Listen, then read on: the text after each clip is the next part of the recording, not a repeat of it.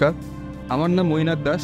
আমি সিনেমা ফরের কজে এই যে নতুন যে আমাদের প্রজেক্ট আসছে আফটার টাইম কা বাইবা, তো ওটাতে আমি অ্যাজ এ লিড ক্যারেক্টার হিসেবে আছি। আমার চরিত্রের নাম হচ্ছে রুদ্র।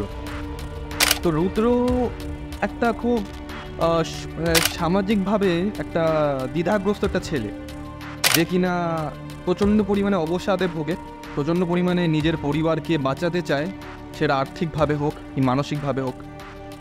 আসলে এই যে রুদ্র যে চরিত্রটা, এটা আমাদের মতন অনেক রুদ্র আছে আমাদের চারপাশে। এই যেমন ধরুন, আমার বাড়ির পাশে কেউ বা আপনার বাড়ির পাশে কেউ যে হয়তো পড়াশোনা করেছে, যে হয়তো শিক্ষিত, কিন্তু চাকরি পাচ্ছে না, দিকে দিকে ধর্না দিচ্ছে, দিকে দিকে ইন্টারভিউ দিচ্ছে, সিলেকশন হচ্ছে না, চাকরির পরীক্ষা বের হচ্ছে না, ঠিক আছে, সে দিনের পর দিন একটা মেন্টাল ফ্রাস্ট্রেশনে ভুগছে। তো সেই চরিত্রটাকেই এই রুদ্রের মাধ্যমে আমরা ফোটাতে চলেছি, ঠিক আছে। তো এটা সত্যি কথা বলতে সিনেমা ফরের কজের সাথে আমার প্রথম একটা কাজ, যেখানে আমি অভিনয় করছি। আর এখানে এই যে একটা অভিনয় করার যে নেশাটা, এটা এসছে আমার বাবার থেকে। আমার বাবা খুব সুন্দর অভিনয় করতেন, থিয়েটার আর্টিস্ট ছিলেন।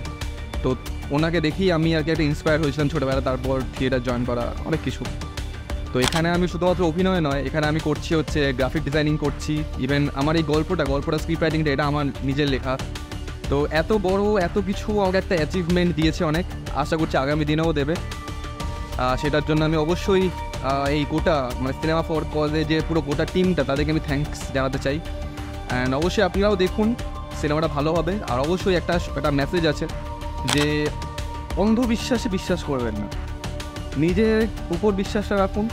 আপনি জানেন আপনি কতটা কী করতে পারবেন, আপনার মধ্যে সেই দক্ষতাটা আছে, সেটা আপনি নিজে ফুটিয়ে তুলুন। কারোর উপর বিশ্বাস করবেন, আপনি জানেন আপনি কি, আপনি কতটা করতে পারবেন সেটা আপনি জানেন।